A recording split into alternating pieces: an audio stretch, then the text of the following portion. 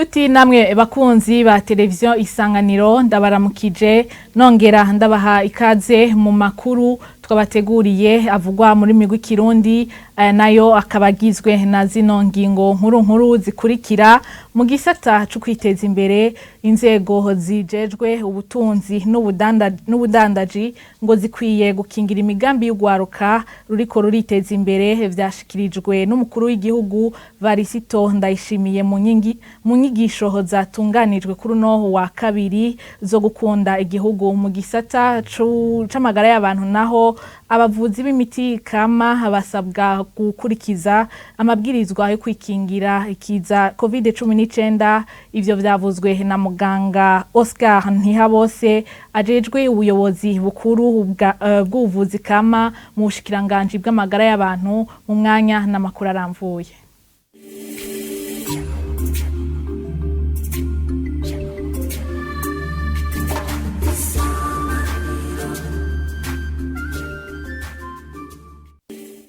Ndasuye kuba ikaze muri ano makuru nayo tuyahere mu gisata cyo kwiteza imbere kwibwa imigambi nimwe mu ntambamye ugwaruka rumaze kuronka ivyo guitunganiriza rugira ivyo vyashikirijwe na bamwe mu gwaruka go mu gisagara ca Bujumbura gwari gwitabiriye inyigisho zo gukunda igihugu. Evariste Ndayishimiye umukuru w'igihugu cy'u Burundi yamenyesheje ko batarira busema nyabuna ngo inzego zibijejwe zibwirizwa gukingira imigambi y'ugo gwaruka. Rekiyo nkuru tuyibaze Jean de Dieu Irakoze na Aroni Nduwayesu. Umwe mu gwaruka gwitavye izo nyigisho zo kuzirikana igihugu gwashikirije ko kwibwa imigambi biri mu ntambamye bagira mu gikorwa cyabo nkuko vyemezwa n'umwe muri bo. Uragira umugambi kubera ataburyo ufise bukeye aho ari kuravuga ngo uri kubwira abagufasha ugasanga babikoze. Nyene icubahiro umukuru w'igihugu cacu Burundi muradushiraho aho tuzoza turitwara. Mudushirireho ubutungane n'igipolisi bijana kugira ngo twitware kandi dutunganirizwe.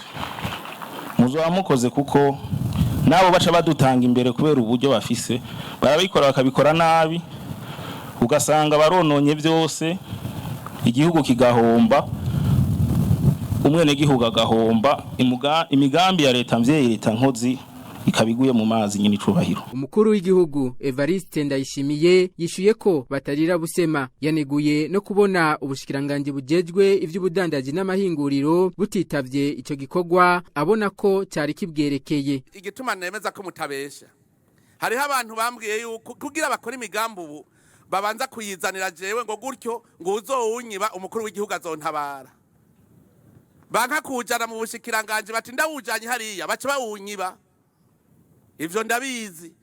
Ikintu ca mbere amategeko y'igihugu ateza guhagararirwa ntivyumvikana ko wewe uruha ngo ufise amahera acaza umuruho wawe wose ugapfubusa agaca bari wabitwara kuko azi yuko atawuhagararira amategeko.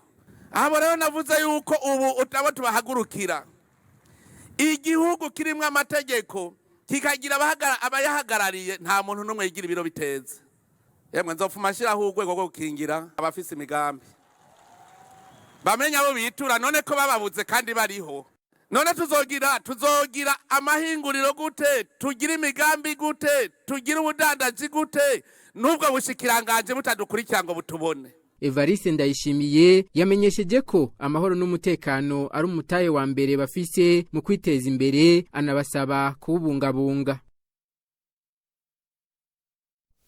Dutandukire igisata c'amagara y'abantu ukutagira isoko ibahariwe ngo niyo ngorane nyamukuru abavuzi bakoresha imiti kama bagira abahurikiye mu mashira hamwe atandukanye bakorera ku isoko rya Jabe hano mu gisagara ca Bujumbura bavuga ko imiti badandaza imaze kumenyekana mu gihe abo bavuzi basaba kuronswa ikibanza cyo gukoreramwo abaguzi b'iyo miti bo bagashima kuyikorako kuko atangaruka mbi igira ku magara yabo. Ni inkuru tubaza bagenzi bacu Omer Nduwayo na Lies Ininahazwe. Abo bavuzi bakorera mu isoko ya Jabe baba 200 badandaza imiti itandukanye harimo iyahwa mu mashamba n'isato z'ibikoko. Bavuga ko iyo miti ivura indwara zitandukanye. Iyi turayifitiye icizero kuva tukiri bato twamye dusura umuti w'ikirundi imiti n'ubwoko bwinshi nk'uyu n'umunazi uvura indwara urawunywa cyangwa ukawinama uba wita umuyigi ufasha inka ugafasha abantu nk'inka zikunda kuramburura n'abantu nuko nyene uyu nawo nk'abana arabana bavuka baribwa abana bavuka barira barawubina. Uretse ubukene bw'isoko ibahariwe nk'uko babandanye babivuga abantu baramaze gutahura akamaro k'imiti kama kuko baronka abaguzi. Haraza abakiriya bavuye mu bindi bihugu, hakaza abakongomani, haraza abatanzania, abarundi, kwa imiti iremewe. Abantu bagenda barabitahura cyane. Gusa kimwe benshi bagenda babura ukuntu bo bitahurana, bo bitahurisha abandi bivanye n'ukungene umenga ibintu by'imiti yacu nta gaciro bifise. Kurabona nk'uburenganye ngaha kwibarabara ugasanga nta n'inzu nimwe ihari tubikamo imiti uwo menga nta kamaro bifise. Nawe bundi abantu barabyitabira ndabona ko hari akarusho. Je nateye imbere mu buryo bwose, mu buryo bw'ubumenyi kuko kugera no munsi hariho nk'abantu dushobora kuvugana canke bakandondera. Iyo reconnaissance rero umuntu abagenda aragira niko gutera imbere no mu buryo nibaza ukigenda urabyumva ko bigenda biraza buke nubwo atari kirenga. Eka n'abayihereza bavuga ko bakunda iyo miti kuko ngo atangaruka mbigira ku mibiri yabo. Bwana amaza kwigura kuko indaguguzira agensangura uramere neza. Bwa mbere nk'umugore adasaminda ndawusaba nga barawumva kandi indwaye baramvura twe baravura neza kwera. Mu gihe kwa 31 myandagaro uko umwaka utashe abanyafrika bahimbaza umunsi wahariwe ubuvuzi bw'imiti kama, abo bavuzi basaba kuronswa ikibanza kibereye cyo gukoreramwo.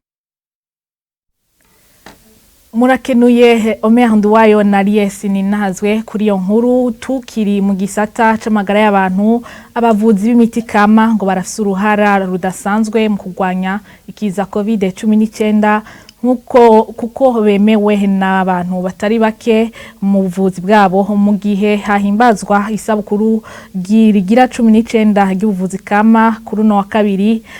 Muganga Oscar Nihabose ajejwe ubuyobozi bukuru mu mushikiranganje bw'amagara y'abantu murantunga asaba abakora iyo miti kama ko bo kwijukira kugwanya ico kiza ca COVID-19. Inkuru tubaza Ahmed Mutore na Dohine Uwimana.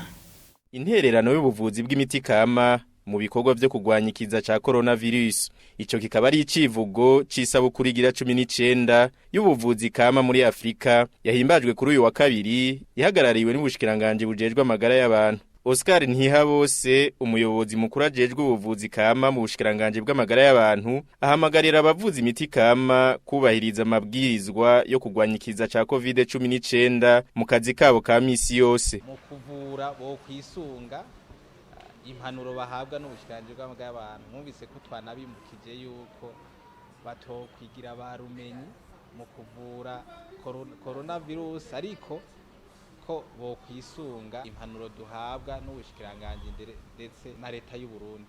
Nayo muganga Jean-Claude Bizimana arongoye ikigo cy'igihugu kijejwe kugwanya indwara z'ivyaduka asaba abo bavuza imiti kama kugendereza imbere yuko bemeza kumutuvura. Urongoye urunani rw'abavuza imiti kama avuga ko bafise imiti isanzwe ivura ibimenyetso vya COVID-19 agasaba kubandanya bashigikirwa.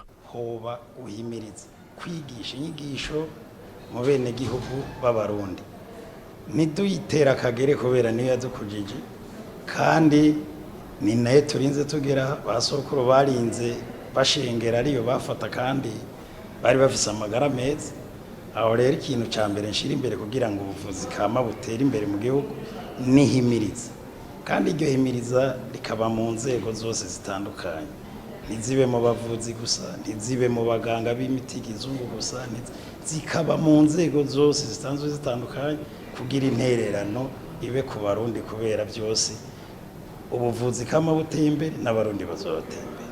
Mu ntumbero yo kubandanya hatezwe imbere ubuvuzi kama mu Burundi ngo hagiye gushigwaho vuba ikigo cyo gusuzuma ko imiti kama ikwije ibisabwa. Abavuzi imiti kama bagera ku 331 nibo bamaze kwemererwa n'amategeko gukorera ku mugaragaro. Inzu z'ishirahamwe INSS zubatswe muri zone Kinindo mu gisagara ca Bujumbura ntizirinjirwa ico bikoze ubuyobozi bukuru bw'iryo shirahamwe ryo gutegekaniriza kazoza abakozi bwari bwasavye ko abifuza gupanga ayo mazu bo bisaba kuva mu ntango ya mukakaro uno mwaka. Muri iryo shirahamwe bakemeza ko igikorwa co gupangisha ayo mazu kitazorenga uku kwezi kw'icenda kitarangiye. Inkuru ya Elia Nibigira na Nkurunziza. Namazu ageretse gatatu yubatse muri zone ya Kinindo ya komine Muha mu manuka bw'igisagara ca Bujumbura ari mu migwi ibiri. Harayakotwa 350 y'ivyumba bibiri, ayandi nayo 250 hagati mu rupango rurimwo inzu zigabuye mu bice bitatu. Hari ibiti bizana akayaga nkuko INSS yari yarasavye abapanga ayo mazu kuwa gatanu mukakaro no mwaka. Ico gikorwa kigeze kure nkuko vyemezwa na Maria Tereza Baranyizigiye, umuyobozi ajejwe intwaro n'ubutunzi muri iryo shirahamwe ryo gutegekaniriza kazoza abakozi. Kirya gikorwa kigeze kure, abanditse babishavye kuko baranditse amakete atari make, baragize ico bita triage de dossier, ico caraheze. Hasigaye ko bene kubatriye babaha amakontra yo kugira ngo bazibemwe, kuko murazi ko nta muntu aba mu rugo rw'umuntu adafitaniye amasezerano na nyene iyo nzu. Tubaza ko kandi turemeza ko ukwezi kw'icenda koherana nuko iyo dossier na nyene bivuye mu nzira. Ku bijanye nuko ayo mazu ashobora kuranguzwa agahabwa uwundi ayapangisha, uwo muyobozi ntavyemeza canke ngo abihakane. Je nibaza ko ata kontra y'uwo muntu turabona itarasinywa, ico nitwocemeza cyane uko umuntu yemeza ico afise ubuhamya. Ntidushobora kuvuga ngo ntigishobora kubaco, gishobora kubaco kandi nuko kidashobora kubaco, kubera gushika ino saha uwo muntu nta kontra yiwe ihari, nta masezerano dufitaniye. Yaba dufite amasezerano twavuga ati amasezerano yiwe ari ngaha ageze aha. Mugabo kandi tubonye ari bwo buryo bwo twufasha bukatworohereza ntacyo bizacokorwa. Mwitangaza ryo guhamagarira abifuza gupanga ayo mazu biboneka ko upanze amazi amezi 2 atariha aca kugwa ubutarariye muri iyo nzu mu kiringo c'iminsi 15 kuva itarika kuriwe muri iyo nzu. Izo nzu zipangishwa ni 60 zipangishwe 250 ku kwezi, mu gihe izindi 30 nyene zipangishwe 350 ku kwezi.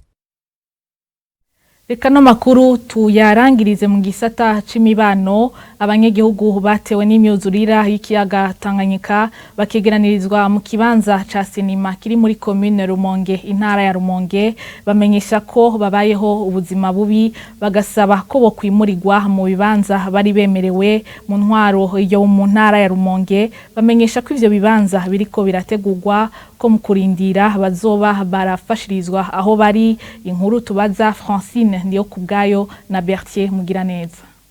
Bari mu miryango 44 yegeranirijwe mu kibanza ca komine Rumonge bita Semina, bose hamwe bashika hafi ku majana 240, bagizwe n'abana ku bwinshi, abakenyezi n'abagabo. Ngo bazanywe muri ico kibanza n'abajeje intwaro bahunze amazi ya Tanganyika yabateye muri quartier Kanyenkoko iri mu gisagara ca Rumonge. Bari mu gihangare kinini, amamatera hasi n'imisegetera batambika hejuru. Ariko rero ubuzima ho ngo ntibworoshe kuva mu kwezi kwa gatanu bahashitse.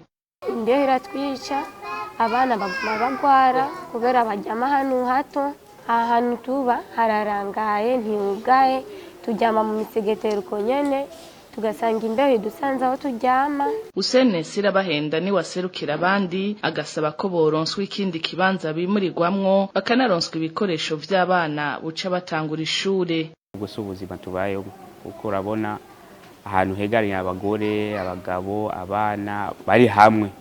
Kira muntu afise imico yiwiwe, kira muntu afise imigenzo yiwe. Urabona ko hamwe nyene hingorane zimaze gushika nta kundi. Duhanze cyane inzara. Urabona nk'ubu na hamwe twitaho ngo turonke ubuzima cyangwa turonke aho ico tworonga tuzari dufungurira abana, ico kira tugora. Ikindi naco urabona umwaka w'ishure urukuraza uregereye. Uranga nk'ubu turi ngaha aba ibintu by'abana by'ishure byaratakaye mu mazi, aho amazo yabomokeye, ibintu byarononekaye. nk'ubu ntituraronga ama informe ntituraronga amakaye nico nyene n'ikibazo. Buramatari wa Rumonge avuga ko imiryango yahuye n'ivyago yategerezwa kwimuka igera ku 1,800 abatari muri ico kibanza bakaba bafashirizwa mu mihana yabakiriye. Consolateur Nitunga yemera ko hari kibanza cyo kubimuriramwo ariko kiriko kirategurwa. Hari kibanza kiriko kirategurwa kandi caheze cimakombe nico bazojamwo tubandanye tubasangayo arije tubafashirizayo. Abatewe ubwa mbere na mbere twarabujije ko batazosubirayo kubera ko tubona ko amazi atari ko aramanuka neza na neza nubwo ari ko aramanuka mugabo turabona neza yuko ibihe bwa mbere na mbere turi mu bihe byahindutse by'ibidukikije ibi byatweretse ko nibindi bishobora kuba rero kugira ngo niduhave tugira ikibazo twarasavye yuko abene gihugu batewe botenyenya kandi ikintu naco tubandanye dukorana ku Rwanda kugira ngo ibintu vy'ingwara ntibihave bidutera babandanye bapompa. Amazone yakozweho gusumba nayo mazi y'ikiyaga Tanganyika ni Gitaza, Magara na Rumonge. Ni hano amakuru yo muri rurimi rw'ikirundi twari twabateguriye agarukiye. Ndabashimire kubona mwayakurikiranye, shimira n'abafashije kuyatunganya. Mugira ibihe vyiza.